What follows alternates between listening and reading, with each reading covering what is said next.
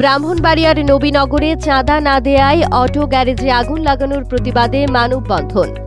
মোহাম্মদ খলিলুর রহমান খলিল, ব্রাহ্মণবাড়িয়া, নবীনগর।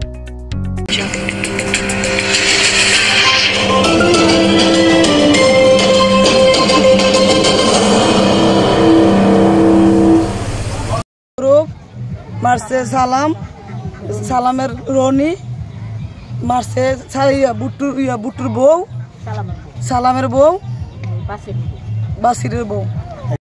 আচ্ছা, আসসালামু আলাইকুম। আমাদের স্বামী বাহিরে থাকে, আমরা ঘর তুলতাম ইসলাম, আমরা ঘর 5 লাখ টাকা চাঁদা চাইছে, চাঁদা দেই না দিকে, এই জন্য আমরা উপরে হামলা করছে।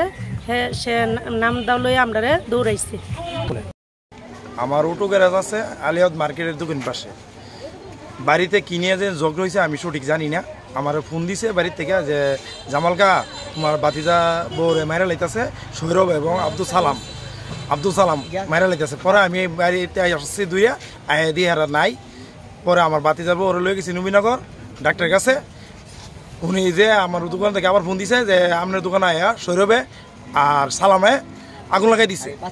পৌর এলাকার আলিয়াবাদ বাজারের পল্লী বন্ধু অটোরিকশা গ্যারেজে আগুন দেয়া হয়েছে বলে অভিযোগ উঠেছে।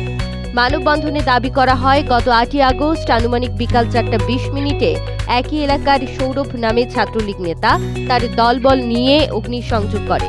ছাত্রলীগ নেতা সৌরভ আগুন লাগায় বলে ভুক্তভোগী দাবি করেন। উক্ত অগ্নিসংযোগে 2 থেকে 3 লাখ টাকার ক্ষতি হয়েছে বলে ধারণা করা হচ্ছে। অটোরিকশার গ্যারেজ মালিক জামাল মিয়া বলেন, আমার নিকট চাঁদা দাবি করে সৌরভ আমি দিতে অস্বীকৃতি জানালে আমার গ্যারেজে আগুন লাগিয়ে দেয়। তখন উপস্থিত 2 জন গৃহবধূ পরশমণি ও সাথী আক্তার বলেন, আমরা ঘর তুলতে গেলে সৌরভ চাঁদা দাবি করেন। চাঁদা না দেয়ায় আমাদের উপর হাত তুলেন। আমাদের স্বামী প্রবাসী হওয়ায় আমরা আতঙ্কে বাড়িতে জীবনযাপন করছি। এ সময় এলাকার অর্ধশত লোকজন উপস্থিত ছিলেন। এ বিষয়ে সৌরভের নিকট জানতে চাইলে সৌরভ বলেন, আমার বিরুদ্ধে আনীত অভিযোগ সম্পূর্ণ মিথ্যা। বরং আমি আমার বাড়ি থেকে বের হওয়ার রাস্তায় ঘর তোলার প্রতিবাদ করলে আমার মাকে মারধর করে জামাল মিয়া ও তার আত্মীয় স্বজন।